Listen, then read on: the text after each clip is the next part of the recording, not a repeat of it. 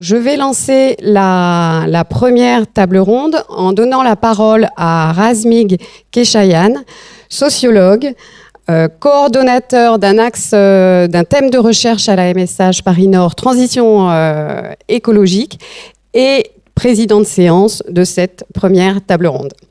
Bonjour à toutes et tous et bienvenue à cette première table ronde. Je m'appelle donc Razmig Keshayan. Je suis professeur de sociologie à l'Université de Paris, autrefois Université Paris-Descartes, et j'aurai le plaisir d'animer cette première table ronde.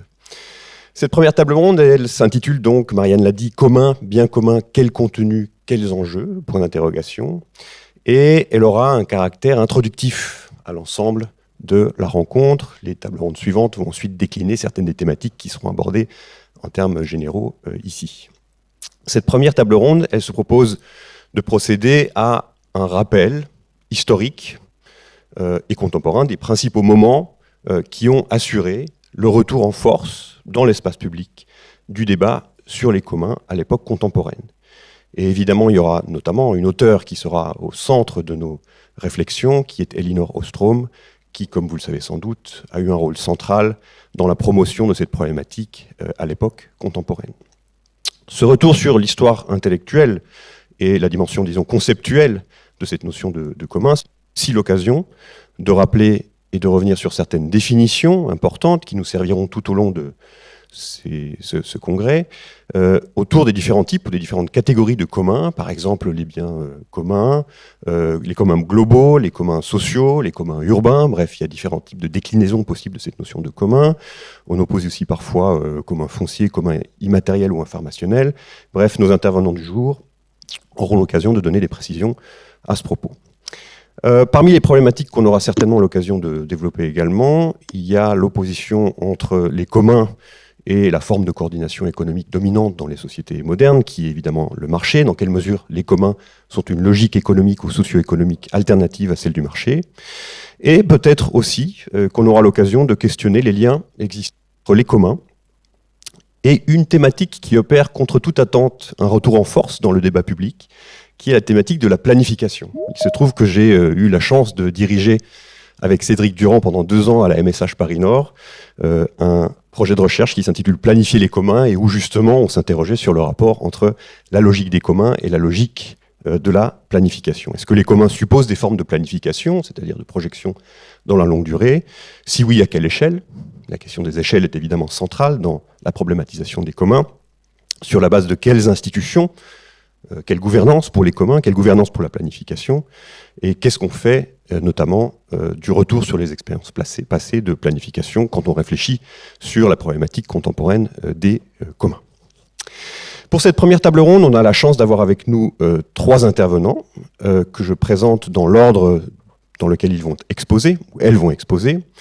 Premièrement, Benjamin Coria, qui est professeur d'économie à l'Université de Paris Nord, qui est l'auteur de nombreux articles et livres que je ne vais évidemment pas citer ici. Il est notamment l'auteur dernièrement d'un ouvrage intitulé « Le retour des communs, la crise de l'idéologie propriétaire ». Et Benjamin est également membre des économistes atterrés. Deuxième intervenante, Sarah Van Uxem, qui est maître de conférence en droit à l'Université de Nice, Sophia Antipolis. Comme vous le savez, la question des communs est un enjeu pour l'économie, bien sûr, pour la sociologie, mais également pour le droit. Il y a un enjeu juridique évidemment central, puisqu'il s'agit d'une forme de propriété, après tout, que celle des communs. Et Sarah est notamment l'auteur d'un ouvrage paru en 2018 à Wild Projects Éditions, qui s'intitule « La propriété de la terre ». Et enfin, troisième intervenante, c'est Stéphanie Léronas, qui est chargée de recherche à l'Agence française de développement, l'AFD, qui est une spécialiste des enjeux de gestion des ressources naturelles et aussi d'économie des développements. Évidemment que la problématisation des communs en lien avec le développement est quelque chose de tout à fait central, et ça reviendra sans doute dans le débat ce matin, mais plus tard également. Et Stéphanie a notamment co-dirigé récemment un document intitulé « Renouveler les approches de l'accès à l'énergie » en 2020. Voilà, donc chacune des intervenants aura environ 20 minutes pour présenter sa communication, suite à quoi nous lancerons le débat. Benjamin, c'est à toi. Très bien. D'abord, bonjour à tout le monde. Merci bien sûr aux participants de cette table ronde qui ont répondu à mon invitation. Et puis surtout, merci à la MSH de donner cette ampleur à la question des communs, qui, comme certains d'entre vous le savent sûrement, est une question à laquelle moi personnellement je me suis beaucoup attaché depuis maintenant de nombreuses années. Voilà, donc c'est beaucoup de motifs de satisfaction de participer à cette table ronde. Alors, je vais jouer le jeu. On avait décidé que cette table ronde était une table ronde en quelque sorte introductive, qui visait à repréciser un certain nombre de concepts. En tout cas, c'est spécialement l'objet de mon intervention. Donc, je vais faire une brève histoire intellectuelle des concepts de commun et de bien commun, en précisant les conditions dans lesquelles ces concepts ont émergé, avec quel contenu, avec quels enjeux. Parce que je suis de ceux qui pensent que remettre les questions dans les conditions dans lesquelles elles ont émergé aide beaucoup à comprendre ce qu'on peut tirer de chaque concept et comment il peut être utilisé dans des circonstances nouvelles, hors de celles dans lesquelles il a émergé. Donc, ces concepts ont émergé. Alors, je vais distinguer trois moments. Le moment fondateur du retour des communs, si on peut dire, qui est donc les années 80, avec en particulier la conférence d'Annapolis, je vais y revenir, et les travaux fondateurs, on va dire refondateurs d'Ostrom. Je parlerai ensuite du moment qui est lié à l'émergence et au développement des communs numériques, et en particulier des logiciels libres, avec Stallman, puisque là encore il y a un nom qui peut être attaché à cette extension de la notion de commun. Et là, on a déjà un premier débat entre le libre et le commun, puisque les logiciels libres, qui sont des communs, ont émergé d'abord comme logiciels libres, pas comme communs. Et il y a eu rencontre de deux courants. Et enfin, troisième grand moment, c'est le moment que moi j'ai envie d'appeler celui des biens communs, proprement dit, pas seulement des communs. Et c'est plutôt, là, on va se déplacer vers les années 90-2000 avec la commission Rodotà en Italie, les débats sur l'eau bien commun, et une définition conceptuelle de la notion de bien commun. Voilà, donc, histoire intellectuelle du concept, trois moments, Ostrom, Stallman, Rodotà, trois noms. Alors, juste avant, d'où vient le mot commun ? Il faut peut-être dire quelque chose là-dessus. Alors, le mot commun, ça vient du mot, du concept anglais commons, et les commons, donc, c'est une situation qui caractérise tout spécialement la Grande-Bretagne, mais qui est générale à l'ensemble de l'Europe, du domaine ouest européen, comme diraient nos amis historiens, et qui se retrouve d'ailleurs dans de très nombreux autres pays que ceux du domaine ouest européen. En tout cas, pour la Grande-Bretagne, où ça a été spécialement étudié, il y a de très nombreux travaux, c'est une situation dans laquelle, pratiquement du XIIe siècle jusqu'au début du XIXe siècle, on a une partie considérable des terres, en Angleterre on considère un tiers, qui sont en accès ouvert. Ça veut dire qu'elles ne sont pas encloses, encore un concept fondamental pour les communs. Elles sont en accès ouvert, ça veut dire quoi ? Ça veut dire qu'elles ne sont pas appropriées, elles ne sont pas propriétaires, elles sont d'une certaine manière propriété commune, et les résidents, les villageois, etc., peuvent y accéder tout à fait librement et en tirer une partie de leurs ressources. C'est-à-dire qu'ils peuvent pêcher des poissons, ils peuvent prélever dans la forêt des fruits, de la tourbe pour se chauffer, des plantes médicinales, ils peuvent faire paître leurs bêtes, etc. D'où le nom de commons. Et c'est une situation, très importante, et qui permet la reproduction, en tout cas qui entre pour une part très importante de la reproduction des communautés villageoises pendant très longtemps. Donc ça, c'est la situation des communs. Évidemment, cette situation ne pouvait pas convenir aux riches, aux possédants, aux gens de pouvoir, etc. Et ils n'ont eu de cesse d'étendre leur propriété et leur pouvoir sur ces terres communes. Et c'est ce qu'on appelait le mouvement des enclosures. Alors on a eu des enclosures privées, si je peux dire, hein, c'est-à-dire chaque propriétaire cherchant à s'étendre, parmi elles d'ailleurs, il faut le dire, hein, le clergé, les abbayes, etc. Bien. Et puis à partir d'un certain moment, on a eu des enclosures dites parlementaires. Ça veut dire que la puissance politique s'est mise de la partie pour favoriser les enclosures. Et en fait, c'est la naissance de la propriété privée. C'est une longue lutte, je ne vais pas rentrer dans les détails, ça ne s'est pas fait pacifiquement, et ça ne s'est pas fait en un jour, mais ça s'est quand même fait. Hein.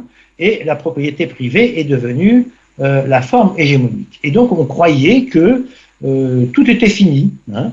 Il y a encore quelques vestiges. Si vous allez vous promener dans certains parcs en Angleterre, vous verrez qu'il y a écrit quelque part « This park is a commons ». En fait, c'est un vieux reliquat des anciens communs du passé qui n'a jamais été réduit. Mais dans l'ensemble, la cause semblait entendue. Hein, c'était le domaine de l'époque de la propriété privée. Alors, premier grand retour des communs, si je peux dire. Premier grand retour des communs, c'est les années 80. Alors, dans les années 80, c'est une chose évidemment qui intéresse beaucoup Stéphanie Léromas, notamment. Dans les années 80, on a les premiers effets de l'industrialisation massive de l'agriculture dans les pays du Sud. Hein, sous l'égide de la Banque mondiale, etc., on a un développement, révolution verte, etc., on a un développement de la grande exploitation capitaliste au Sud. Ce développement de la grande exploitation capitaliste au Sud provoque toute une série de changements. Bien sûr, une hausse de la productivité de la terre, mais aussi des dégradations accélérées des sols, qui souvent n'étaient pas préparés à recevoir ces doses de produits chimiques, de mécanisation, etc. Une surpopulation urbaine formidable, si bien qu'aux États-Unis, on s'inquiète de cette situation, et le NRC, National Research Council, organise un grand séminaire sur le thème « Que se passe-t-il au Sud ?» Que se passe-t-il au Sud, hein? Encore plus précisément, la question posée est ce à quoi on assiste, en particulier les désordres sociaux, la sururbanisation, les mouvements de population, tout cela n'est-il pas lié à la disparition des communs traditionnels? C'est la question qui est explicitement posée. Et pour ce faire, on réunit une grande conférence en 1983 à Annapolis, dont, nous y voilà, le rapporteur principal et l'organisateur principal se nomme Elinor Ostrom. Et donc, pendant plusieurs jours, presque 2 semaines, se réunit ce séminaire sur la base d'études de cas menées dans les pays du Sud, et les conclusions sont confiées à Ostrom. Et Ostrom conclut, oui, pour partie, bien sûr, pour partie, ce à quoi on assiste est bien lié à la destruction des communs traditionnels. Parce qu'au sud comme au nord, il y avait ces situations de propriété partagée, d'accès, qui permettaient à des communautés villageoises et rurales extrêmement nombreuses de vivre dans des conditions à peu près correctes, en tout cas des conditions qui ont été détruites par l'extension de la propriété privée sous sa forme exclusive. Voilà. Et donc, à ce moment-là, on se dit, mais les communs, c'est important, et ça a joué un rôle, et c'est sans doute appelé à continuer à jouer des rôles. Et donc, à partir de là, Ostrom, qui était d'ailleurs engagée sur des sujets proches de cela, parce qu'elle avait travaillé sur des services publics décentralisés qui ressemblaient à des communs, Ostrom publie en 1990 un ouvrage fondamental qui est, à mon avis, son meilleur ouvrage, et qui s'intitule Governing the Commons, et dans lequel elle revient sur l'expérience historique des communs, et donc elle propose une définition des communs. Donc d'Ostrom, donc premier moment fondateur, d'Ostrom, on a une première définition des communs. Alors un commun, c'est quoi? Un commun, c'est trois choses. Un commun, c'est une ressource en accès partagé. En l'occurrence, pour l'essentiel, c'est la terre, mais on verra que ça peut être une base de données, une musique, un bien comme l'eau, etc. On verra. Bien. En tout cas, pour le moment, c'est une ressource en accès partagé sur lequel on a un certain nombre d'ayants droit qui peuvent avoir des droits de prélèvement, d'usage, un droit d'usage au sens de exploiter le bien, varié. C'est ce qu'on appelle un faisceau de droits. On reviendra tout à l'heure sur la question de commun et droit de propriété. En tout cas, comme vous le voyez, on est loin de la propriété exclusive. Dans le commun, on est dans de la propriété partagée et de la propriété inclusive. Et puis, troisièmement, le commun, c'est un système de règles concernant ses usages qui assure la reproduction à long terme du bien. C'est très important, ça, chez Ostrom. D'emblée, il y a une relation entre commun et écologie. Les règles sont faites non seulement pour préserver les droits de chacun, mais pour assurer la reproduction du bien à long terme. Et ces règles, en général, sont des règles émergentes, c'est-à-dire elles ont été élaborées par les commoners eux-mêmes. Voilà, donc ça c'est la notion de commun telle qu'elle est définie par Ostrom. Et au départ, comme vous le voyez, elle concerne principalement des formes de ce qu'on appelle aujourd'hui des communs fonciers, c'est-à-dire des choses qui sont relatives à la propriété et à l'usage de la terre. Alors, pour finir sur ce premier point, les communs d'Ostrom au sens strict.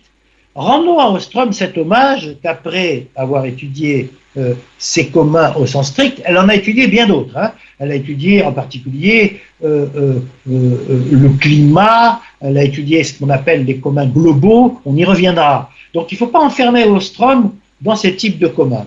Mais en gros, quand même, sa contribution essentielle, ça a été précisément de travailler, de mettre en évidence ces types de communs. Alors, ces communs chez Ostrom, je résume, ce sont pour l'essentiel des communs sociaux. À leur origine et à leur fondement, on a des règles d'usage qui sont le plus souvent émergentes. Ce sont des communs, dit Ostrom, qui sont community-based, c'est-à-dire qui sont gérés par des collectifs de commoners qui ont accès à la terre. En général, ce sont plutôt des communs de taille moyenne ou petite, ce qui explique d'ailleurs qu'elles soient community-based. Et puis, Ostrom insiste sur un point sur lequel on aura sans doute à discuter par la suite, pour dire que ces communs sont une troisième voie entre le marché et l'État. Ce n'est pas du marché, puisqu'il y a des règles, et ce n'est pas l'État, puisque ce sont des communautés qui gèrent les communs. Voilà. Et donc, c'est le premier moment des communs. Bien.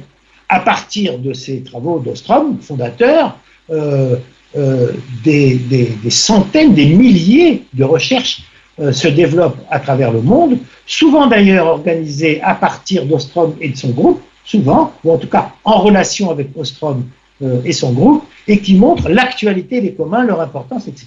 Bien. Deuxième grand moment, les années 70-80. Qu'est-ce qui se passe dans les années 70-80 ? Il se passe en principe tout à fait autre chose. Il se passe un très fort durcissement de la propriété intellectuelle, en particulier sur le vivant et sur les logiciels. Jusqu'aux années 70-80, dans le domaine informatique, ce qu'on vendait, c'était le hard, c'est-à-dire les machines, et le soft, c'est-à-dire les logiciels, étaient donnés gratuitement et développés par la communauté des développeurs, des usagers, qui échangeaient entre eux et perfectionnaient. Des gens spécialement avisés, comme Bill Gates de Microsoft et quelques autres, ont vite compris, surtout après la naissance des micro-ordinateurs, que si on se mettait à vendre les logiciels sur les millions de micro-ordinateurs et les centaines de millions qu'on était en train de vendre, il y avait d'immenses fortunes à faire. Et donc un lobbyisme extrêmement puissant s'est organisé pour obtenir que les logiciels deviennent des instruments qui puissent être brevetés. Et donc à ce moment-là, on a eu brevetage des logiciels, propriété intellectuelle sur les logiciels. Un certain nombre de gens, et là, comme j'ai parlé d'Ostrom tout à l'heure, je vais parler de Stallman ici. Stallman, donc informaticien au MIT, se sont élevés contre cette situation en considérant qu'il fallait absolument que les logiciels restent libres, que la connaissance, l'information devait rester libre, ne pouvait pas être appropriée de manière privative, et donc ils ont lancé un grand mouvement pour continuer à faire des logiciels libres. Donc, malheureusement, ce mouvement s'est heurté au fait que les grandes entreprises de l'informatique récupéraient librement, si je peux dire, ces logiciels, les modifier à peine et les breveter. Donc ils ont dû inventer autre chose. Et cette autre chose, c'est assez formidable, hein, assez formidable. Cette autre chose, ça a été de dire, eh bien très bien, ok, nous allons utiliser les copyrights, bien, nous allons déposer des brevets, nous aussi, mais, enfin des brevets, oui, en tout cas des droits de propriété intellectuelle, nous allons développer des copyrights, mais suivant ce copyright, nous, le propriétaire, nous allons décréter que ces logiciels sont duplicables à volonté, transformables à volonté, diffusables à volonté, etc. Et donc, ils ont inventé le logiciel libre, mais j'insiste sur un point, le logiciel libre est tel parce que c'est la forme de propriété qui lui est attachée, ce qu'on appelait le copyleft par rapport au copyright, qui en a fait, alors je lâche le mot, un commun. C'est-à-dire que ces gens ont réinventé le commun dans le domaine du logiciel libre sans nécessairement se référer à Ostrom. Alors, je n'ai pas le temps de rentrer ici dans les détails, mais il y a eu des rencontres entre ces deux communautés, la communauté des commoners, celle de Ostrom, et la communauté du logiciel libre, menée essentiellement d'ailleurs par Stallman. Ces deux communautés se sont rapprochées pour n'en faire finalement plus qu'une, même s'il y a encore des libristes intégristes qui disent que c'est très différent des communs, etc. Bon, dans l'ensemble, ces deux communautés ont fusionné. En tout cas, ce qui est très important, alors là, je lève mon petit drapeau, si je peux dire, pour insister sur l'importance des choses. Ce qui est très important, c'est que, comme on a là des biens immatériels et des biens non rivaux, l'accès à ces biens va pouvoir devenir universel. Et c'est commun, hein, très bien, merci. Donc ces communs immatériels vont avoir, et non rivaux vont avoir la propriété qui vont pouvoir être d'accès universel. Évidemment, c'est un point extrêmement important parce que pour les autres communs, ceux d'Ostrom, qui sont basés sur des ressources rivales, il ne peut pas y avoir accès universel. S'il y a accès universel dans une pêcherie, immédiatement, cette pêcherie va voir sa ressource détruite. L'information, elle, n'est pas détruite. Je peux écouter une musique en même temps que 3 milliards de personnes, ça ne va pas détruire cette musique. Et donc, voilà. Donc, sont nés les communs universels. Voilà, c'est ça que je voulais indiquer dans ce deuxième temps. C'est évidemment extrêmement important. Et ça va donner un pouvoir d'attraction et un pouvoir de diffusion au commun sans précédent.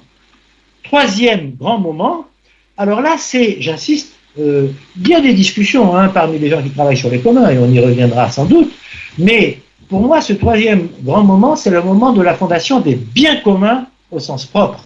Alors, de quoi s'agit-il? Je vais aller très vite. Il s'agit là encore d'une enclosure, c'est-à-dire il s'agit aux États-Unis du gouvernement Berlusconi qui a pris une série de mesures pour tenter d'accélérer la privatisation, on va dire, des biens publics, l'eau, le gaz, l'électricité, etc. Alors, je ne rentre pas dans les détails. Là encore, des gens se sont dressés pour dire non, non.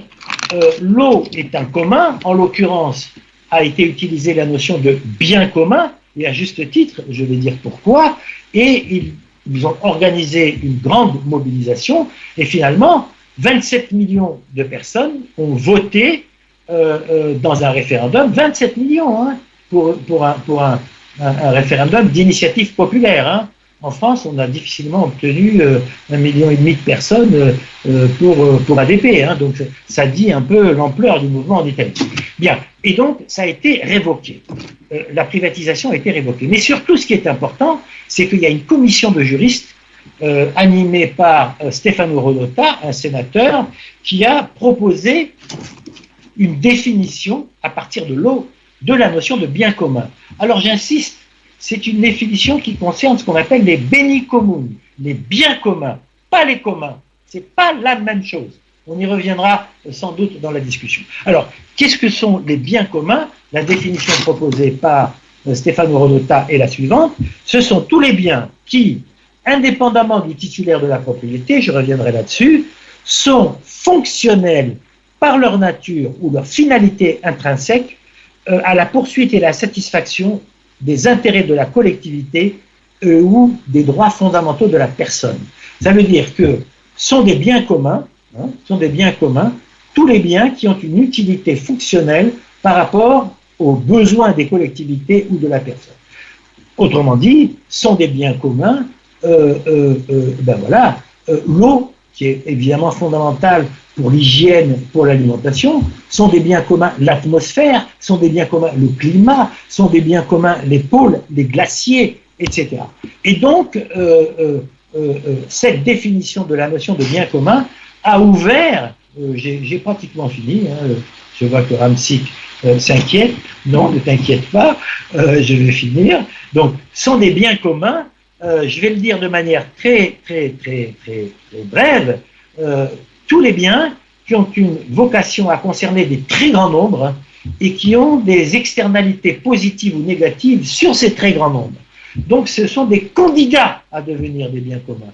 Mais ils ne deviendront des biens communs véritables que lorsque de la réglementation permettra d'assurer l'accès partagé et la protection de la donnée. Mais écoutez, je vais m'arrêter là.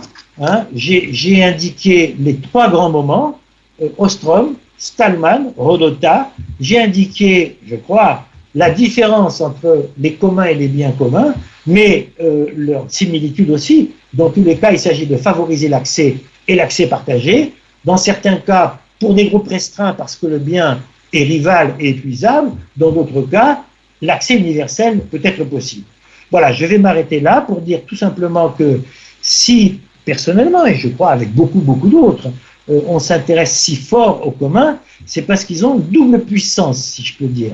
C'est que d'un côté, ils apportent des réponses à des questions centrales relatives à l'écologie, qui est un des grands problèmes d'aujourd'hui, puisque les communs entendent préserver les ressources. Et puis deuxièmement, ils apportent des questions centrales à une autre question fondamentale, qui est celle de la démocratie. Comment on gère les biens? Comment on les partage? Évidemment, chez les commoners, avec des soucis de justice et d'égalité d'accès.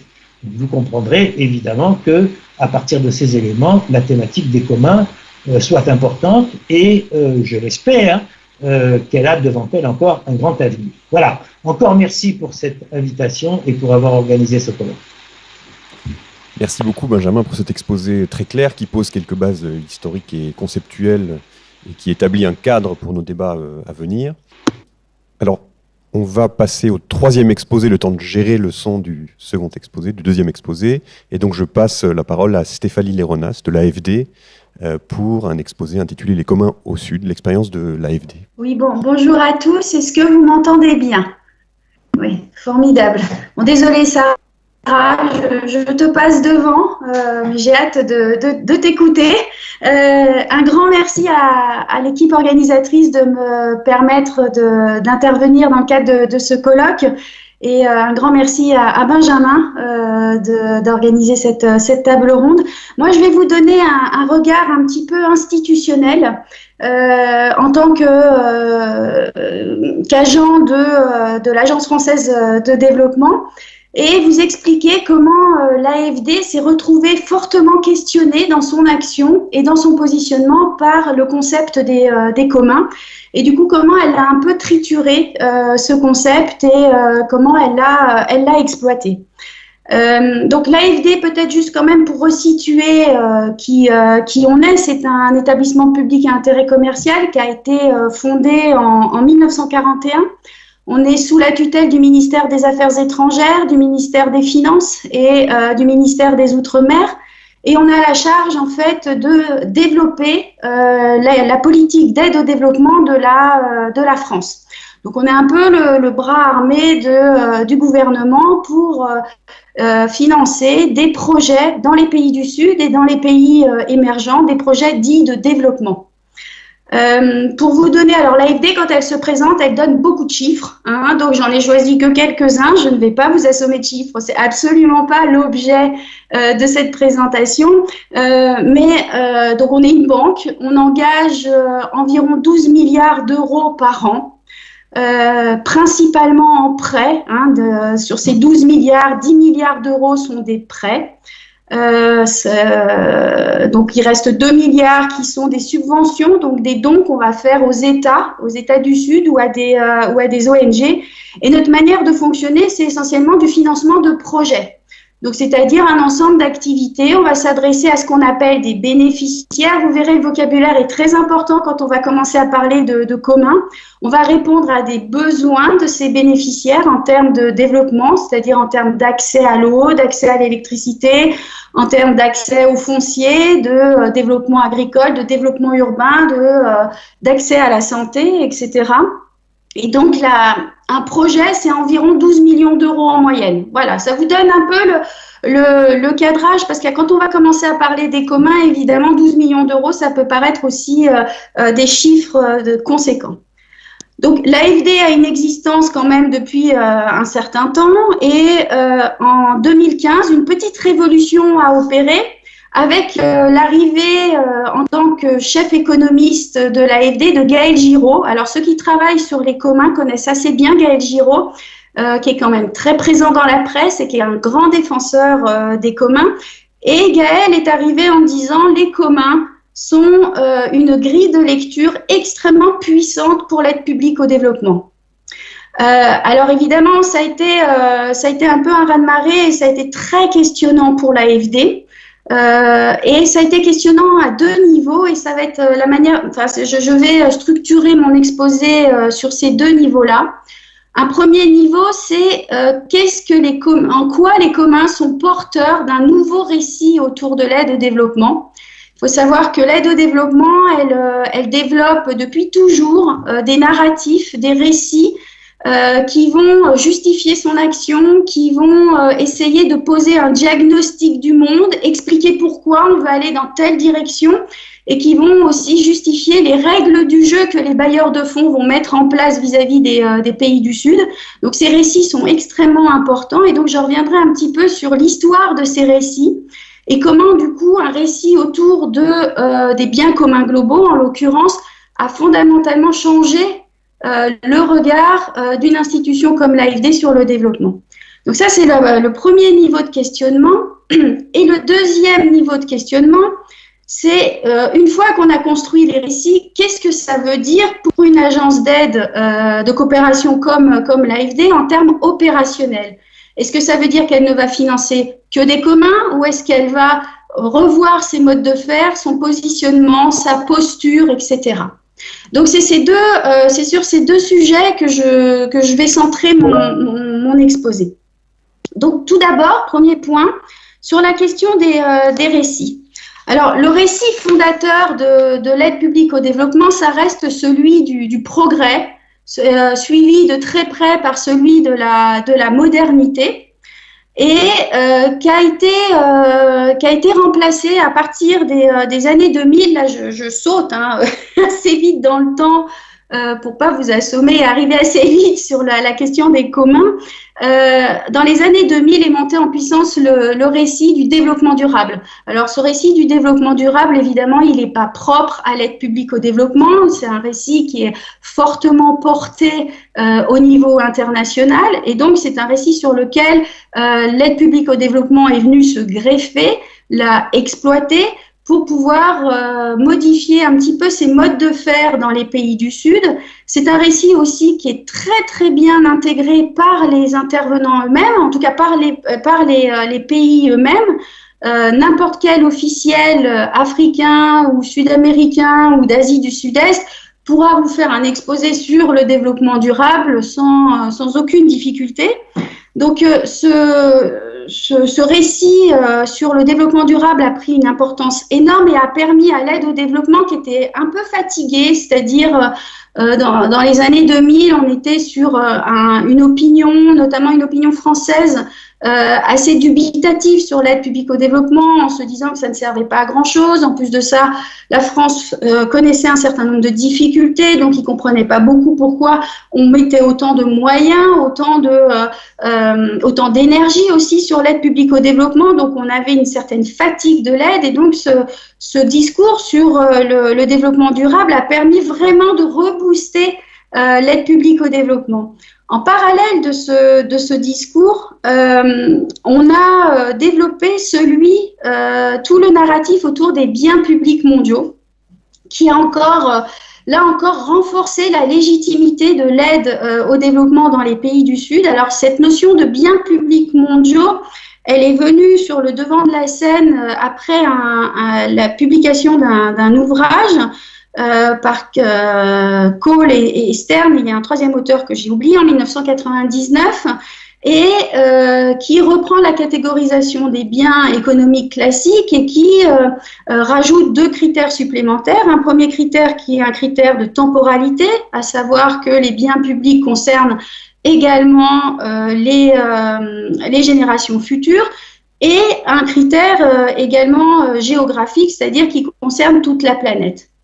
Donc pour l'aide publique au développement, en fait, ça a été une aubaine, cette histoire des biens publics mondiaux, parce que ça a permis de relier assez facilement tous les destins des pays du Sud aux préoccupations qu'on pouvait avoir dans les pays du Nord. Et donc, de relégitimer une fois de plus l'aide publique au développement et le fait que la France fasse des efforts considérables vis-à-vis de ces pays, et on était sorti d'une logique d'une aide sympathique post-coloniale où on venait réparer les erreurs du passé. On était plutôt sur une aide sur laquelle, en fait, finalement, les pays du Nord trouvaient également un intérêt du fait que la planète devait se penser comme une.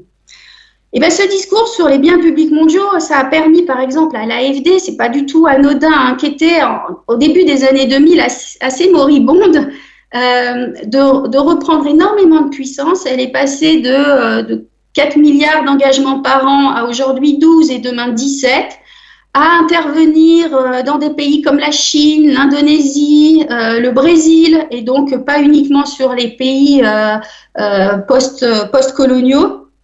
Et donc une énorme ouverture géographique et de son mandat. Et on est resté sur ce récit très longtemps, 15 ans plus exactement, donc jusqu'à l'arrivée de Gaël. À partir de l'arrivée de Gaël, le discours a commencé à évoluer et à dire finalement, l'AFD, son mandat, ce n'est pas la préservation ou la production de biens publics mondiaux, mais la préservation de biens communs globaux. Alors on pourrait se dire que c'est juste un petit glissement sémantique, et parfois on peut se demander d'ailleurs si la direction générale de l'AFD n'est pas restée sur cette idée-là, mais ce serait très décevant, parce que finalement, quand on regarde un petit peu ce passage d'un récit autour des biens publics mondiaux vers un récit autour des biens communs globaux, ça a des implications extrêmement fortes de positionnement pour une agence de coopération.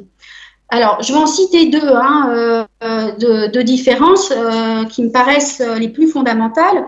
La première différence, c'est que entre biens publics mondiaux et biens communs globaux, on ne part pas sur les mêmes modes de régulation des biens fondamentaux. Dans la logique des biens publics mondiaux, on a quand même on suppose quelque part qu'on est en capacité de mettre en place une gouvernance mondiale qui va mettre en place des outils réglementaires et économiques qui vont pouvoir, en descendant, s'imposer à l'ensemble des acteurs. Et c'est toute l'illusion qu'on a eue sur le traitement de la crise climatique au départ. Et on a des auteurs comme Ami Dahan, qu'on avait invité également à d'autres colloques sur les communs, qui avait démontré dans ses travaux ce qu'elle appelait le schisme de réalité entre des efforts considérables qui étaient donnés au niveau international en termes de connaissances, en termes de sensibilisation, etc. Et puis finalement, des résultats sur le terrain qui restaient très inférieurs aux attentes. Quand on parle des biens communs globaux, l'approche est fondamentalement différente. C'est-à-dire qu'on part du principe que les transitions écologiques, sociales, économiques peuvent se penser au niveau des territoires eux-mêmes par les acteurs qui vivent et habitent ces territoires. Et donc, avec une démarche qui serait beaucoup plus ascendante, on accepte les singularités, on accepte les trajectoires singulières sur les territoires, et la puissance publique devient une puissance accompagnatrice de ces dynamiques-là. Donc ça, c'est la première différence fondamentale que je vois. La deuxième différence fondamentale qui me paraît importante, c'est que les biens publics mondiaux ne remettent absolument pas en question, en tout cas dans le discours qu'on porte, le modèle de croissance. On est toujours dans une idée de croissance, d'imitation des expériences nord qui seraient imposées aux pays du Sud, et tout ce qu'on va essayer de faire, c'est de limiter les impacts environnementaux et sociaux des actions qui vont être menées au nom de cette croissance. Il me semble, pour toutes les expériences qu'on peut croiser en termes de commun, et elles sont nombreuses au nord comme au sud, on est sur des modèles qui sont beaucoup plus dynamiques, multicritères, et où l'équité, l'idée du bien-être partagé, l'idée de développer des capacités d'action collective sont au moins aussi importantes que les questions économiques. Donc, moi, je me refuse que l'AFD ne fasse qu'un petit glissement sémantique, bien publics mondiaux, bien communs globaux, sans qu'il y ait des implications réelles sur sa manière de travailler et surtout à sa manière de penser son métier. Alors, concrètement, qu'est-ce que ça veut dire? Et là, j'en arrive à la deuxième partie de mon exposé. C'est comme je vous le disais, l'AFD finance des projets avec des activités, des bénéficiaires, des contreparties, des moyens, etc. La peur qui a été exprimée très vite par l'AFD lorsque Gaël Giraud a commencé à parler des communs comme narratif principal, c'est de dire on va financer que des communs, donc que des espèces de petites choses, alors que finalement l'AFD finance aussi des centrales hydroélectriques, elle finance des routes, elle finance des grands marchés dans les villes, et son mode de fonctionnement, c'est je me concentre sur l'infrastructure, et ensuite on a des mesures d'accompagnement autour qui permettent de faire en sorte que le projet se passe bien. Mais mon critère principal, c'est mon taux de décaissement. Et c'est de m'assurer que j'arriverai à payer les infrastructures de manière correcte et dans les temps, et que ces infrastructures seront, on le souhaite, durables dans le temps. Donc, il y a eu cette crispation très forte au moment où on a parlé des communs. C'est qu'est-ce qu'une agence d'aide au développement, comment elle se positionne? Est-ce qu'elle ne finance que des communs et refuse tout autre type de projet, ou est-ce qu'elle accepte de faire d'autres projets, et dans quelles conditions? Alors, moi, il nous a semblé qu'en 5 ans, là, on a dépassé un petit peu cette crispation. On progresse. Il nous semble que finalement le débat, il ne se situe pas à ce niveau-là. Il se situe plutôt dans l'idée d'un changement de posture qui est un changement de posture assez radical.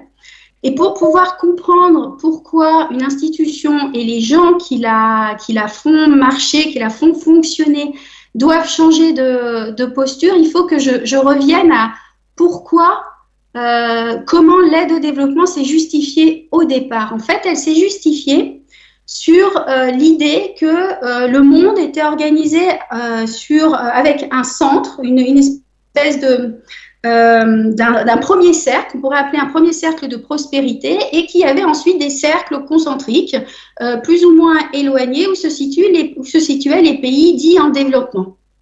Et on partait de l'illusion qu'on pouvait assez facilement faire du rattrapage des pays qui ne se situaient pas dans le premier cercle de prospérité pour qu'ils puissent atteindre ce premier cercle. Et que ce rattrapage ne pouvait se faire que dans l'imitation de l'expérience des pays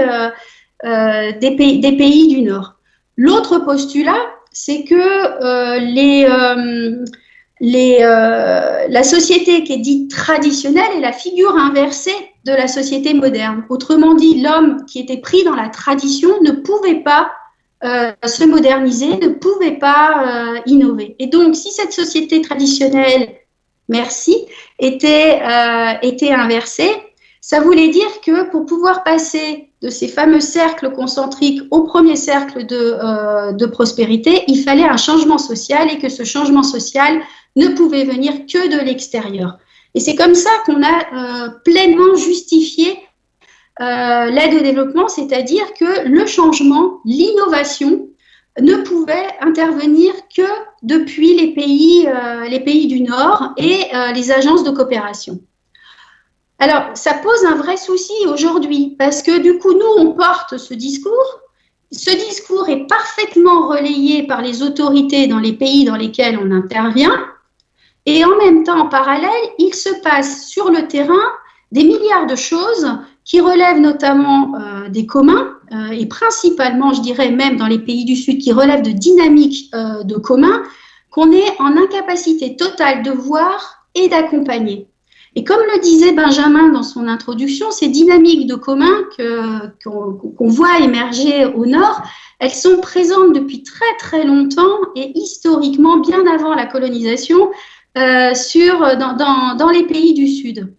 Et aujourd'hui, on a des formes très nouvelles, très renouvelées, qui vont dans la continuité de ces communs traditionnels, mais qui ne sont pas des communs traditionnels, qui sont des communs extrêmement modernes, qui proposent des arrangements sociaux, juridiques, économiques extrêmement innovants, qui investissent énormément d'espace dans le milieu rural, dans le milieu urbain, pour répondre à des besoins parce que les États sont en défaillance sur les services publics, parce que les États n'ont pas construit leur légitimité sur les territoires, etc. Et donc, il y a une urgence réelle pour l'aide au développement de savoir identifier ces dynamiques pour ne pas leur nuire. Et pour ça, et ce sera mon mot de la fin, il y a un changement de posture à opérer, mais qui est radical pour une agence comme l'AFD. C'est comment ne plus avoir une espèce de vision balistique des projets, à savoir je pars d'un point A, je vais vers un point B et je vais réussir à évaluer mon impact de cette manière-là, parce que les communs, il y a de la valeur qui se crée tout au long des processus des communs, et notamment cette action collective. Comment je vais sortir d'un vocabulaire qui parle de bénéficiaires, de besoins, alors que ce sont des besoins qu'on projette et non pas des envies qui remontent des territoires. Comment on va prendre en compte des savoirs qui ne sont pas que des savoirs d'assistants techniques extérieurs, mais qui sont aussi des savoirs très tirés de l'expérience par les communs. Donc, vous voyez, c'est une révolution réelle. L'AFD n'y est pas. Disons-le franchement, le discours est là, le récit a été mis en place. L'AFD commence à créer des espaces institutionnels qui permettent à des agents de s'emparer de la question des communs. Il lui reste beaucoup de chemin et je pense que des séminaires comme celui-là sont extrêmement utiles pour nous, pour continuer à avancer et continuer à travailler avec vous, chercheurs, pour mieux comprendre ces réalités. Un grand merci.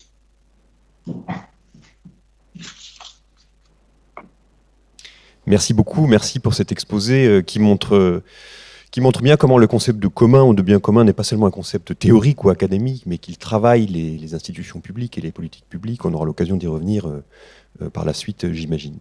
Je passe la parole à notre troisième intervenante, Sarah Van Uxem, de l'Université de Nice. Donc, est-ce que les problèmes audio ont été réglés ? Alors, je souhaiterais tout d'abord remercier la MSH Paris Nord et les organisateurs de ce séminaire pour leur invitation. Également Benjamin Coria, ainsi que Vincent Chiver et Benoît Lurel. Car pour traiter des communs et de la propriété, comme il m'a été demandé ce matin, je puiserai dans un entretien accordé cet été à la revue Délibéré.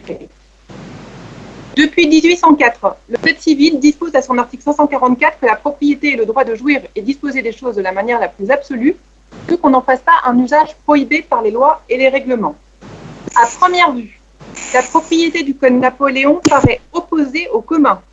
Si la propriété est un droit d'exercer ses droits de jouissance et disposer des choses de la manière la plus absolue, n'est-ce pas que le propriétaire a le droit d'exclure et de repousser toute autre personne qui souhaiterait en user?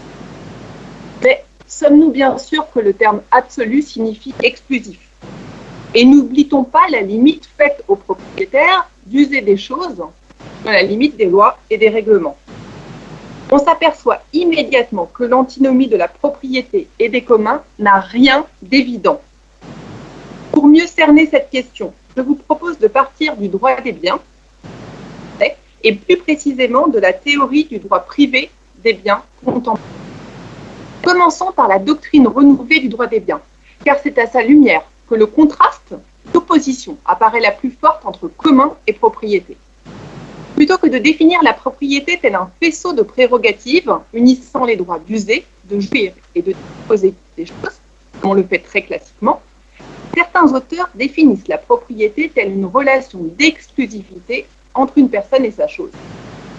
Dans cette théorie dite renouvelée de la propriété, inaugurée dans les années 1960 par le professeur Ginossard, développée depuis lors par les professeurs Frédéric Zenetti-Castin et Thierry Roffet, et continuée par d'autres aujourd'hui, tels Julien Laurent, la propriété est une relation d'exclusivité entre une personne et une chose, laquelle peut être aussi bien une chose corporelle, par exemple une pomme, un droit, par exemple du fruit, ou une chose immatérielle, par exemple une œuvre d'art.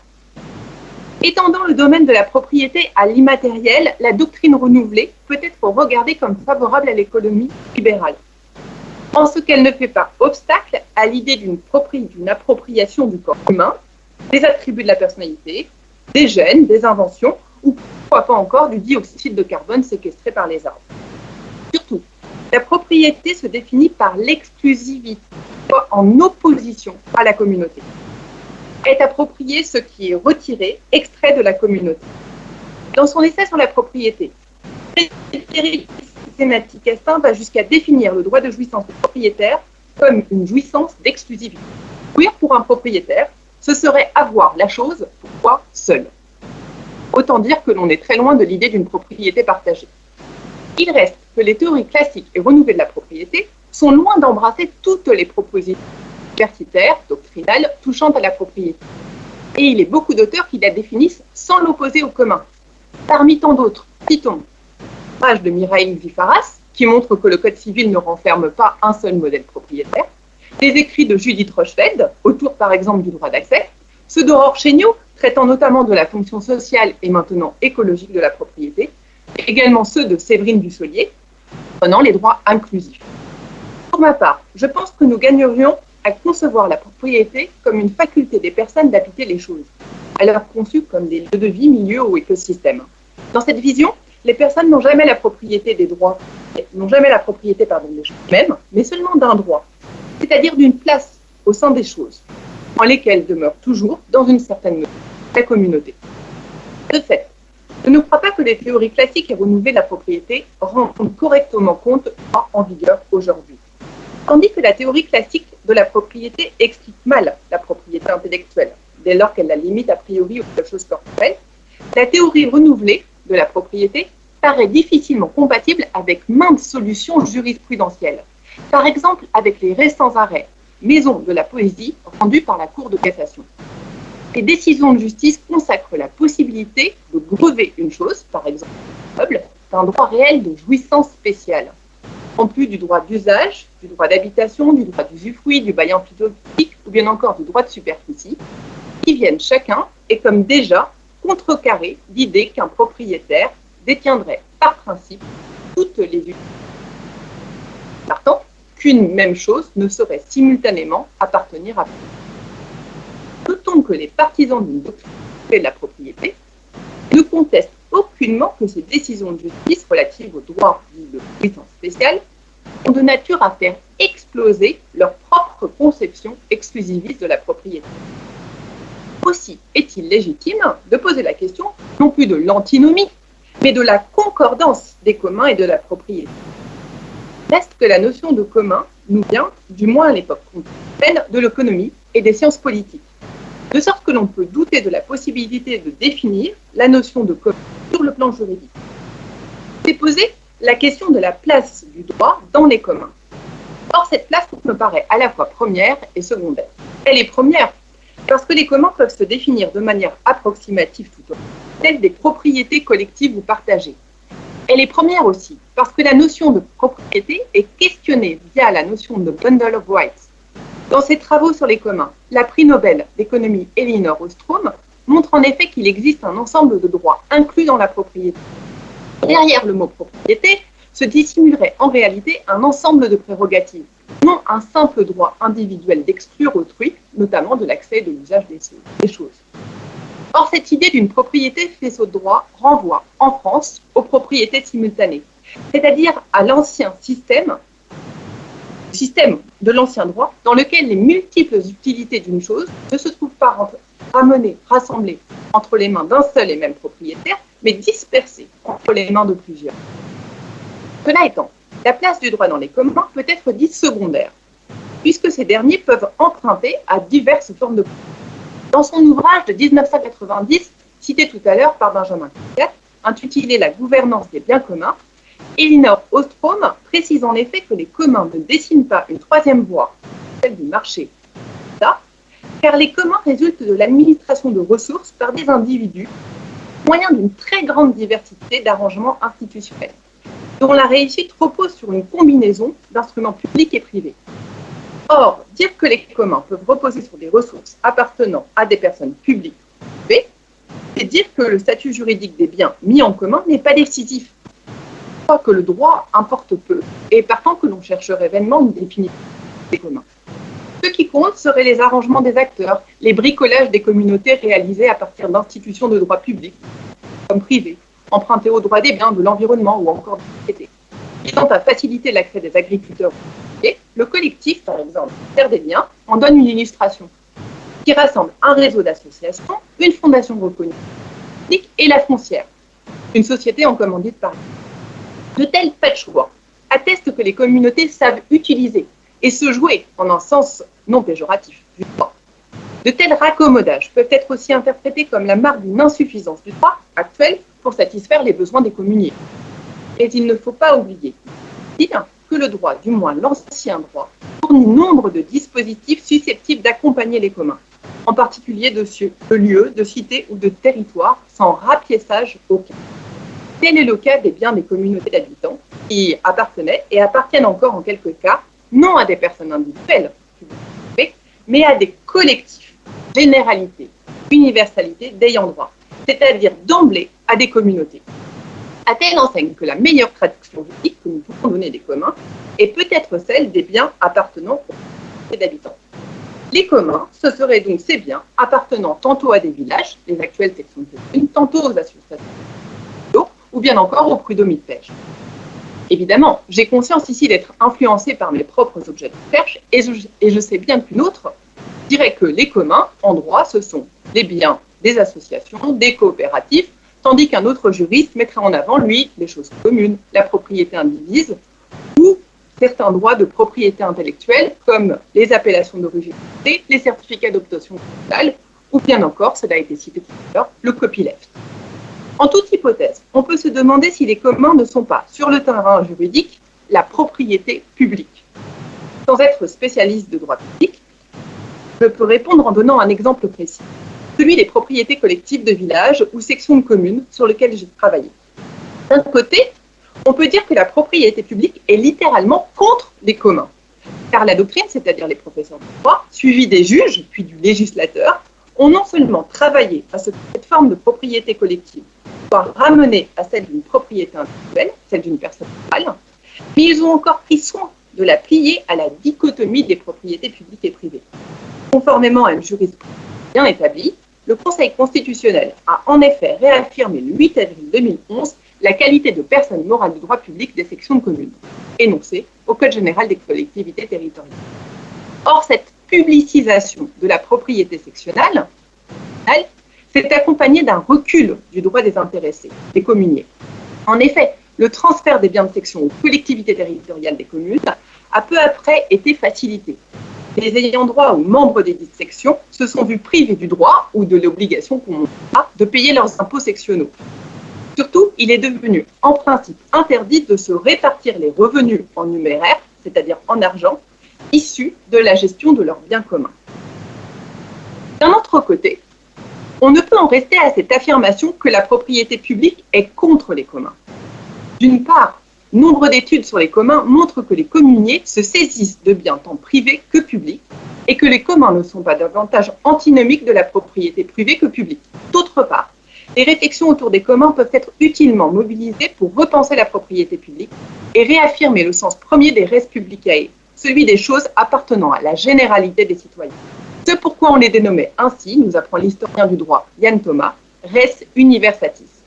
C'est d'ailleurs en cette direction que s'orientent, me semble-t-il, les Italiens, avec la revalorisation des beni comuni, et c'est sur ce point aussi que travaille actuellement Fabienne Orsi, que vous entendrez cet après-midi. À ce stade, on peut s'interroger sur le sens politique de travaux reliant propriété et commun. D'aucuns demanderont si la notion de commun permet d'envisager un dépassement de la propriété dite capitaliste. À première vue, une réponse positive paraît s'imposer, puisque tel serait le résultat d'une société qui serait modelée sur le commun ou qui se composerait de communs. Mais encore faut-il préciser ce que l'on entend par commun. Depuis une dizaine d'années, cela a été rappelé tout à l'heure, les travaux sur la notion ont essaimé. Des historiens, des sociologues, des géographes, des anthropologues, des philosophes, mais aussi des juristes travaillant ensemble, souvent de concert sur les communs. Et de manière schématique, on peut dire qu'existe actuellement sur la scène française 3 écoles dédiées aux communs. D'abord celle emmenée par les philosophes Pierre Dardot et Christian Laval. Ensuite celle gravitant autour de l'économiste Benjamin Coryat, ici présent. Et enfin celle plus ancienne, rassemblant des historiens, notamment des médiévistes et des modernistes. Sans s'opposer en tout point, et sans que les chercheurs soient nécessairement engagés dans l'un ou l'autre camp, on peut dire que les premiers se distinguent en ce qu'ils regardent le commun tel un principe permettant d'allier la lutte anticapitaliste à l'écologie politique, et à même de porter la révolution du XXIe siècle. Dans cette perspective, le commun va de pair avec un dépassement de la propriété, regardée comme inhérente au capitalisme. La deuxième école est davantage influencée par les travaux d'Ostrom, fortement attachée aux études empiriques et par là même à la diversité des communs qu'il ne s'agit pas de réduire à l'unité. Dans cette vision, la propriété n'est pas regardée comme antinomique des communs et l'on cherche moins à échapper à la propriété qu'à en redéfinir les termes et analyser les différents modèles. Aussi s'agit-il moins d'anéantir la propriété que de se défaire de certaines formes aliénantes de propriété. On cherchera par exemple à dépasser celle du salariat et concrètement à ce qu'un informaticien puisse pleinement vivre de son activité de pair à pair, soit de communier sans plus être dépendant de la firme qu'il employait jusqu'alors et qui l'incitait, soit dit en passant, à l'obtention de droits intellectuels exclusifs. S'agissant enfin de la troisième école, celle des historiens, elle s'intéresse au fonctionnement concret des anciens communs sans opposer société et ressources, humains et nature, comme nous autres occidentaux modernes le faisons. Par définition, les historiens, tout au moins médiévistes, s'intéressent à des formes de propriété capitalistes, lesquelles sont susceptibles d'inspirer les libertaires, anarchistes ou zadistes d'aujourd'hui, et qui verraient dans une confédération de communs un horizon post-capitaliste. Aussi, je crois que l'on peut affirmer depuis le mouvement des communs que la notion de commun a un sens politique et permet d'envisager jusqu'à un dépassement de la propriété dite capitaliste. Mais en partant de la branche du droit des biens, je serai plus nuancée. D'abord parce que l'expression de propriété capitaliste n'est pas proprement juridique. Certes, on peut dire qu'il s'agit de la propriété privée des moyens de production et par extension de la propriété individuelle, exclusive et absolue, qui aurait été proclamée à la Révolution française, consacrée par le Code civil et qui serait une reprise de la propriété romaine. Autant d'idées qui mériteraient, entre parenthèses, d'être discutées. Mais si l'on définit les communs comme un espacement de ce modèle propriétaire, qui serait donc celui de l'Occident moderne, on risque de commettre une erreur, celle d'opposer les communs à la propriété individuelle et de présenter les communiers comme des ennemis de la propriété privée. Or, il suffit, et je serai là toute prosaïque, de s'intéresser à nos derniers communaux, toujours aux communaux de village ou sectionaux, pour s'apercevoir que leurs plus fervents défenseurs ne sont autres que des propriétaires fonciers, en particulier des agriculteurs propriétaires de leurs fermes. En vérité, les propriétés individuelles et communales ne sont pas antinomiques, mais complémentaires et dépendantes l'une de l'autre. Pour être plus technique, prenons un exemple, celui de Lambanie, encore appelé vent de moisson, de venaison ou de vendange, Lambanie était couramment pratiquée en France au moins jusqu'à la fin du XIXe siècle. Une proclamation indiquant le moment où des villageois obtiennent le droit de procéder aux récoltes, Lambanie n'est autre que ce qu'on nomme au Maroc l'Agdal. Or, l'Agdal, ce modèle de commun, au sens austromien du terme, il répond aux fameuses 8 conditions de durabilité listées par l'auteur austromien, ne porte pas nécessairement sur des terres appartenant à la communauté villageoise tout entière. Le plus souvent, au contraire, les vignes, les pâturages, les arbres concernés appartenaient ou appartiennent encore à des familles ou lignées, voire à des personnes physiques déterminées. Aussi, le commun ne signifie-t-il pas le contraire d'autres de la propriété familiale, lignagère, ni même individuelle. Dans un langage plus philosophique, on dira que l'individualisme ne se réduit pas à l'individualisme possessif et que l'individualité la plus raffinée peut se développer au sein de collectifs. Nonobstant ces limites à l'assimilation des communs à l'éradication de la propriété individuelle, je voudrais signaler l'importance, à mon sens, de maintenir la diversité juridique et en l'occurrence la diversité des formes propriétaires. D'une part, il me semble dangereux de regarder les communs comme la forme institutionnelle devant se situer à terme au modèle propriétaire occidental moderne.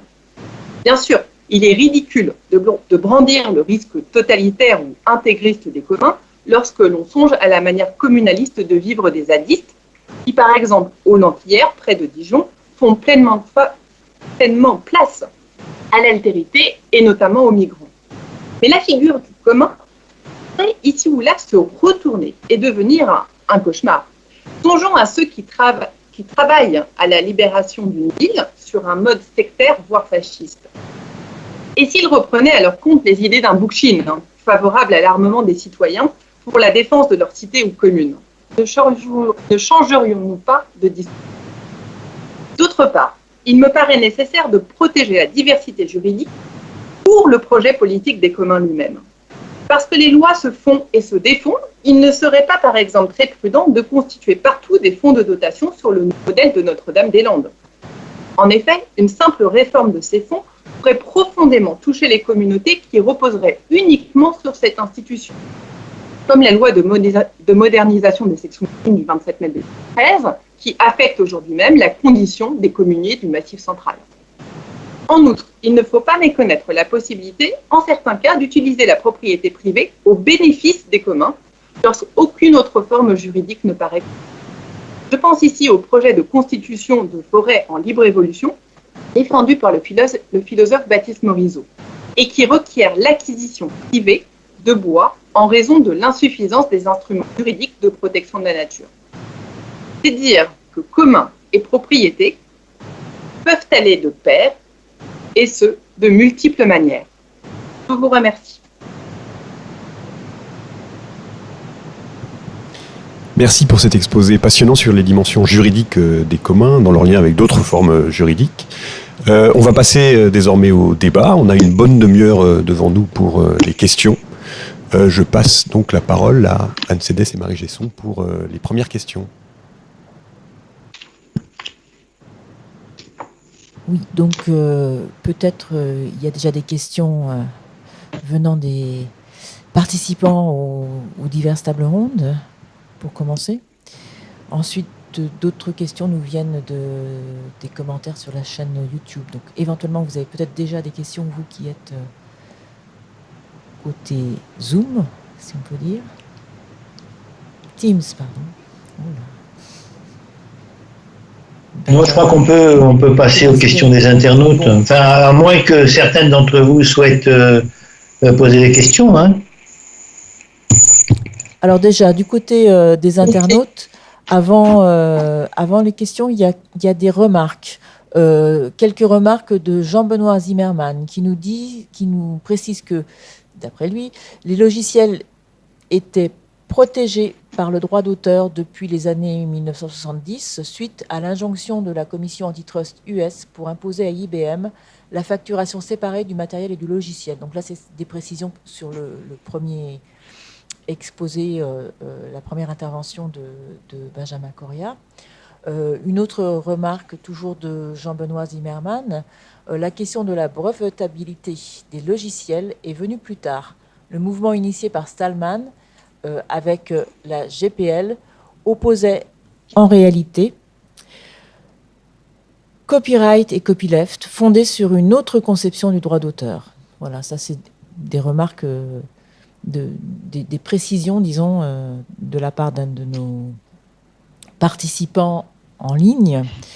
On a un autre commentaire avec une question de Warda Bouziane.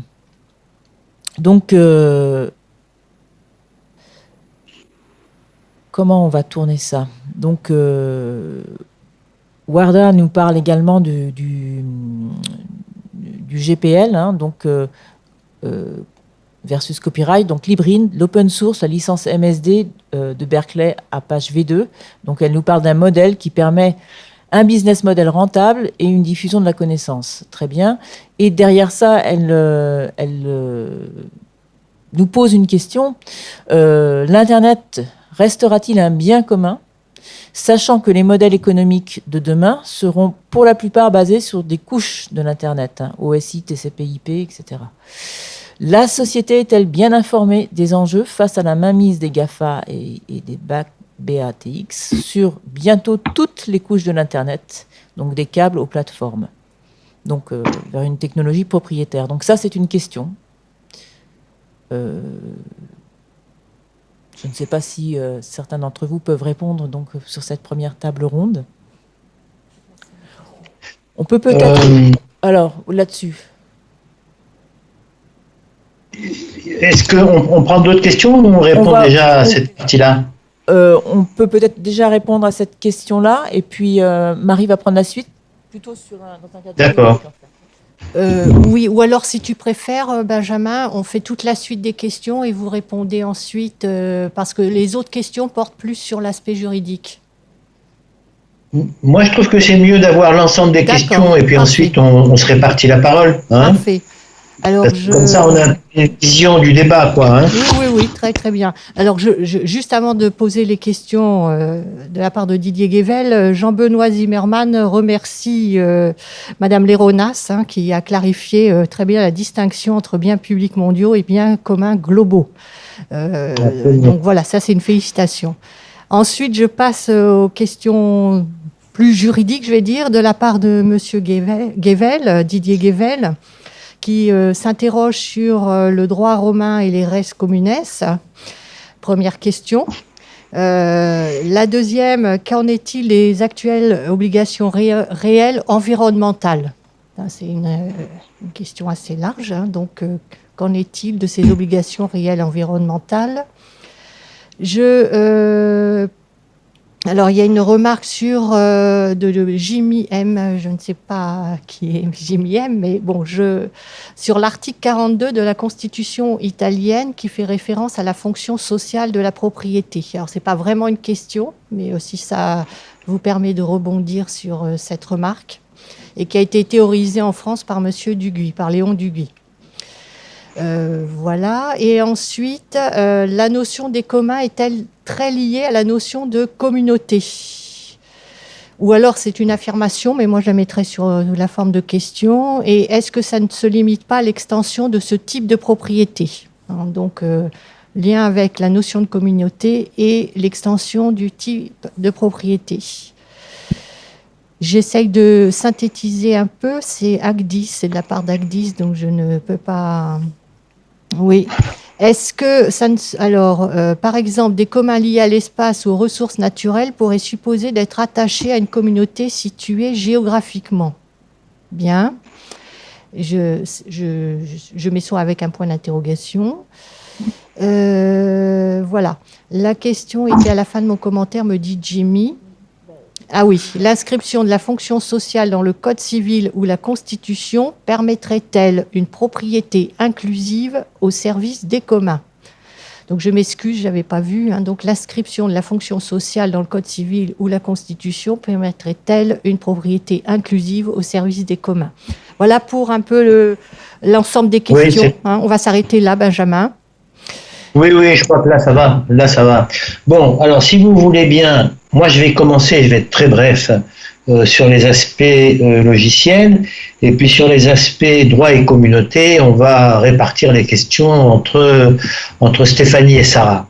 Alors, sur l'aspect logiciel, merci à Jean-Benoît, qui est un de nos amis, qui a aussi coopéré avec nous, en particulier dans le retour des communs. Alors bien sûr, Jean-Benoît a tout à fait raison, sur le plan strictement technique. L'histoire du copyright est une histoire complexe dans laquelle effectivement à un moment la loi antitrust est intervenue pour forcer IBM à séparer les matériels des logiciels, et ça a été un des moments importants qui a amené un durcissement des copyrights sur les logiciels. Donc il a tout à fait raison. Moi j'ai fait une présentation évidemment très ramassée, très résumée, pour indiquer simplement que la naissance du logiciel libre autour de Stallman est liée à des enclosures supplémentaires qui avaient des origines multiples et qui correspondaient à un durcissement de la propriété intellectuelle, en particulier, puisqu'il faut dire les choses, sur les algorithmes mathématiques servant de base au logiciel. Donc on est allé extrêmement loin, vous voyez, et c'est à partir de ce moment-là qu'il y a eu une réaction de la communauté, d'une partie de la communauté des informaticiens pour dire doucement, doucement. C'est un peu le même type de réaction qu'on a eu lorsqu'on a eu la brevetabilité des gènes, c'est-à-dire des structures de connaissances sur les éléments élémentaires de la vie. Bon, donc, c'est ça que je voulais pointer. Et c'est ça qui a fait que, dans les années 80, il y a eu ce grand mouvement autour des logiciels. Les précisions de Jean-Benoît restent absolument pertinentes, mais c'est le contexte global. Voilà. Alors après, deuxième point sur lequel j'interviens très rapidement encore, c'est les menaces sur l'Internet comme bien commun, si jamais d'ailleurs l'Internet a été un bien commun, parce que c'est une question un peu complexe. Je veux dire, un bien commun dans lequel un certain nombre d'opérateurs, et les principaux, je pense à Google, sont capables de prélever vos données privées pour ensuite en faire des instruments de marchandisation, c'est vraiment une question. Un bien commun, ça ne peut pas être ça. Ça ne peut pas être ça. Bien. Alors, en plus de cette dimension-là, à savoir la prédation de nos données privées, il y a d'autres dangers qui pèsent sur l'Internet. Et c'est vrai que la question de protéger l'Internet et de le retransformer ou de le transformer en bien commun est une question qui est parfaitement ouverte. Et l'internaute a bien eu raison de poser cette question. C'est une des batailles qui est devant nous. Voilà, moi j'ai fini. Donc maintenant, il y a plusieurs séries de questions qui concernent des aspects techniques de droit de la propriété avec des dimensions d'implication sociale et politique majeures, évidemment, auxquelles je vais laisser Stéphanie répondre. Et puis, on laissera... Sarah, sur les aspects techniques de droit. Et puis, il y a des questions qui concernent la relation des communautés, des territoires au développement. Là, je laisserai Stéphanie répondre pour conclure. Donc, Sarah, si tu veux bien revenir sur des questions de type la propriété sociale, du GUI, les articles de la Constitution italienne, bon bref, les différentes questions qui concernent la propriété dans un sens plus technique, je répète, avec des dimensions sociales et politiques majeures. On t'entend pas, ça recommence. On t'entend pas. On t'entend pas. Bon, alors on va passer à, en espérant que ça se répare, on va passer à Stéphanie sur les aspects communauté et développement. Oui, merci beaucoup Benjamin. Sarah, encore une fois, désolée de repasser devant toi. Sur la question commun et communauté, c'est une question qui est extrêmement vaste. Je ne sais pas quel est l'angle qui était souhaité par la personne qui a posé cette question. Mais en ce qui concerne les communs des Suds, c'est une question qui est fondamentale parce qu'on fait souvent référence aux communs dits traditionnels précoloniaux qui pouvaient exister notamment en zone rurale. Et cette entrée par la question de la communauté nous permet de voir en fait toute l'originalité des communs d'aujourd'hui. La grande différence qu'il y a entre les communautés telles qu'elles existaient en période précoloniale et les communs tels qu'ils se développent aujourd'hui sur les territoires, c'est qu'autrefois, on était sur des communautés extrêmement closes, fermées. Il y avait une appartenance à la communauté qui était liée à des questions d'héritage, d'identité, de lignage. Là, les communs dont on parle, ce sont des communautés qui font finalement référence à une activité commune, et c'est le fait même de faire cette activité qui va créer le collectif. Donc il y a une vraie différence de notre point de vue sur les communs tels qu'ils se définissent et les communautés qui en découlent et qui découlent de cette activité commune par rapport à des communautés plus fermées, figées, closes, qui existaient autrefois et qui déterminaient a priori l'ordre et la place qui était assignée à chacun au sein de cette communauté. Donc là, moi, sur la communauté, c'est un peu l'apport que j'aurais voulu faire par rapport au commun des Suds. Le deuxième sujet, moi, que je trouve extrêmement intéressant, c'est la question de l'espace, les communs et l'espace. Et ça, c'est une question qu'on a beaucoup abordée dans la conférence des 18, 19, 20 novembre, notamment dans la journée du 19, en lien avec la question de l'intérêt général. On a notamment développé des exemples de communs qui étaient structurés autour de services d'eau. Alors, Benjamin, si tu m'autorises très rapidement à exposer le cas, on est en Bolivie, dans les quartiers périphériques des grandes villes boliviennes. Le service d'eau peine à atteindre ces quartiers, et donc on a des communs qui émergent pour proposer un service d'eau potable à la population. Donc on peut parler de communs de services. Or, ces communs, donc, ils sont géographiquement très bien délimités. On voit bien sur quelle géographie ils agissent et avec quel objectif, qui est un objectif de service public. Or, ces communs-là, pour pouvoir faire ce service, puisent dans la ressource en eau dont ils dépendent, et cette ressource en eau, pour le coup, couvre un espace géographique qui est beaucoup plus important. Et donc, ce qu'on constate, c'est que ce commun de service, finalement, qui est encore une fois géographiquement limité, n'est pas en capacité, seul, en tout cas, d'assurer la durabilité de la ressource en eau sur lequel il dépend. Et donc, on voit bien le jeu des échelles qui avait été très bien introduite par notre président de séance au démarrage.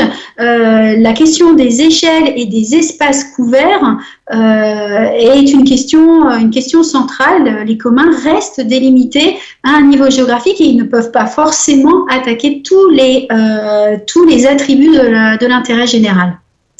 Voilà, rapidement. Et j'espère qu'on entend Sarah maintenant. Oui, j'espère qu'on va pouvoir l'entendre parce qu'elle a tellement de choses intéressantes à dire. Moi, sur la première question, droit romain et choses publiques, je crois qu'on m'a demandé de développer ce point. C'est l'idée que, en effet, la notion de personne morale, elle est tout à fait récente, en fait. Elle date du début du 19e siècle. Ça veut dire qu'en droit romain, pouvez penser donc les choses publiques sans référence à des personnes morales de droit public comme les collectivités sociales ou par exemple les communes. Bien dans les écrits de Yann Thomas, notamment dans son ouvrage Les opérations du droit, des développements, cette notion de chose publique comme chose qui appartient à la généralité, à la communauté, à l'universalité des citoyens. Vous voyez, ça en référence à une personne morale de droit public, directement à la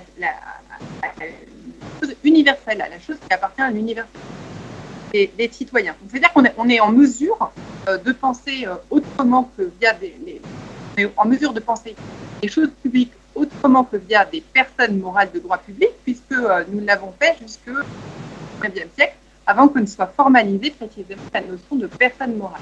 J'ai retrouvé cette capacité. Deuxième question, elle portait sur les obligations réelles environnementales. Oui, on peut mobiliser, à mon sens, la notion d'obligation réelle environnementale pour développer les communs, et notamment les communs. Obligation réelle environnementale, de quoi s'agit-il? Il s'agit d'une innovation de la loi du 8 août 2016, dite loi biodiversité, qui porte sur la reconquête de la biodiversité de la nature et des paysages. Elle permet à un propriétaire foncier qui détiendrait un bien immobilier, une terre n'apportant pas de spécificité, n'étant pas remarquable en termes de paysagiste ou en termes de richesse de la biodiversité, de grever néanmoins son bien d'une dite obligation réelle environnementale. Cela va le contraindre à signer un contrat avec certaines personnes qui sont gérées, comme par exemple une association de protection, par exemple un conservatoire des forêts, gérer le bien dans un sens avec une destination environnementale, d'affecter donc son bien immobilier à un usage environnemental. Et la spécificité, c'est que lorsque ce propriétaire foncier va ensuite déposséder de son peur et que ou par exemple prendre le bien, eh bien l'obligation réelle environnementale va continuer de suivre le bien, va continuer de grever le bien, de sorte que le bien immobilier va véritablement affecté à un usage environnemental pour l'avenir. Alors néanmoins, le législateur a imposé un terme à ce contrat de sorte que je ne peux pas dire que le bien sera affecté à perpétuité à l'environnement. Mais effectivement, dans la mesure où ça permet de gérer une destination à un bien et donc de le rattacher à ce qu'on pourrait peut-être appeler, Stéphanie, j'ai un bien peut-être public environnemental, ce terme n'est peut-être pas adéquat, mais en tout cas à l'environnement bien commun, eh bien ça permet effectivement de rattacher l'obligation et commun. J'avais une troisième question qui m'était posée sur la Constitution européenne, la fonction sociale de la propriété et les travaux de Léon Dubuis. Évidemment, lorsque je prends la propriété non plus comme habitation, mais comme habitation, j'ai en tête les travaux, et notamment le codisant et en même temps le texte relatif dans le code civil. Que je me suis demandé dans quelle mesure finalement on ne pouvait pas d'ores et déjà lire la propriété comme étant une fonction sociale et aujourd'hui dite écologique de la propriété. On peut évidemment penser que si on le disait explicitement, clairement dans le texte de loi, voire dans la Constitution, cela permettrait évidemment d'être beaucoup plus efficace en termes de une sociale et voire écologique à la propriété. Et on peut aussi penser que même sans cela, il y a déjà pour les juges matière à s'entrer de fonction et pour aller dans ce sens, prendre la propriété à la notion de cette question néanmoins me permet de renvoyer travaux d'Aurore Chéniaud. Malheureusement, je n'ai pas retrouvé la référence. Elle a fait paraître un ouvrage collectif précisément sur cette sociale, écologique de la propriété. J'ai aussi en tête une thèse, celle de Monsieur Millet, MI2, pas qui porte précisément sur l'écologique de avec évidemment des travaux de l'école. Vous avez une dernière question, une quatrième et dernière question. Et les ressources naturelles, avec cette idée d'un rattachement des communs. Évidemment, c'est ce travailler lorsqu'on fait traditionnel, qui sont liés à une commune, la joie, dans un juste sans avoir travaillé sur cette après qui sont toutes récentes avec Kessler qui est membre de la Confédération et Jacques Lambrécy.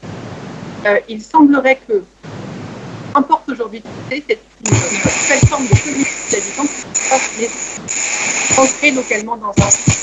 Les paysans aujourd'hui ensemble sans être inféodés à un même village ou deux. Et donc il nous dit que les communautés paysannes aujourd'hui sont bien plutôt à penser comme celle du logiciel libre, fonctionnent davantage comme des sens numériques du terme, et que donc la communauté d'habitants, précisément les communes, elles doivent être repensées, attraction même précis du village ou à. Voilà, je crois que j'étais la question qui. Merci pour ces réponses. On arrive au bout de cette première table ronde. Je repasse très brièvement la parole à Benjamin Coriat pour une conclusion et ensuite on arrêtera. Écoutez, merci beaucoup. Bon, c'est vraiment dommage qu'on ait eu ces difficultés techniques avec la présentation de Sarah, qu'on n'entendait pas très bien, parce qu'elle a vraiment beaucoup de choses à dire et très importantes. Alors, pour conclure, deux mots, je crois que cette table ronde, qui n'est que la première des 4 qui sont prévues, a montré toute l'importance des communs. Je me réfère seulement aux interventions de Sarah et de Stéphanie. On voit bien que la question des communs est en train de bouleverser très profondément tout ce qui a trait au droit de propriété. Et évidemment, le droit de propriété est au fondement de l'organisation de nos sociétés. Donc on a une vraie révolution, j'ai pas peur de le dire, qui est en marche. Si on écoute ensuite Stéphanie, on voit que cette notion de commun est aussi en train de bouleverser toutes les questions relatives au développement, mais plus généralement les questions relatives aux communautés et aux relations qu'elles ont avec les territoires, ce qui évidemment n'est pas une chose mince. Allez, je vais le dire, surtout après, par exemple, en France, le mouvement des Gilets jaunes. Voilà, je n'en dirai pas plus, simplement, ça justifie tout cet intérêt qui est porté à la question des communs, et on voit bien qu'avec eux sont portés des bouleversements sur des questions essentielles de notre vie en société. Voilà, je vous remercie encore d'avoir participé à cette table ronde et je redonne la parole à Marianne pour la suite des festivités. Merci à vous. Merci Benjamin. La MSH Paris Nord donc remercie tous les intervenants de cette première table ronde.